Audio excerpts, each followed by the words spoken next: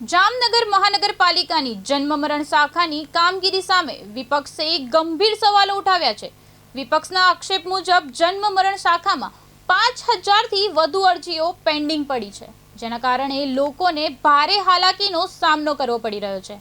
ખાસ કરીને જન્મના દાખલા મેળવવા માટે લોકોની વ્યાપક ફરિયાદો મળી રહી હોવાનું જણાવાયું છે। CRS પોર્ટલ પરથી રજીસ્ટ્રેશન ફરજિયાત બનતા લોકોને સાયબર કાફેમાં ₹250 થી ₹300 સુધીનો ખર્ચ કરવો પડી રહ્યો હોવાનું પણ આક્ષેપ કરવામાં આવ્યો છે। અરજીઓ 20 દિવસથી લઈને 2-3 મહિના સુધી પેન્ડિંગ રહેતી હોવાના કારણે શાળા શરૂ થતા વાલીઓને બાળકોના જન્મના દાખલા માટે ધક્કા ખાવા પડી રહ્યા છે।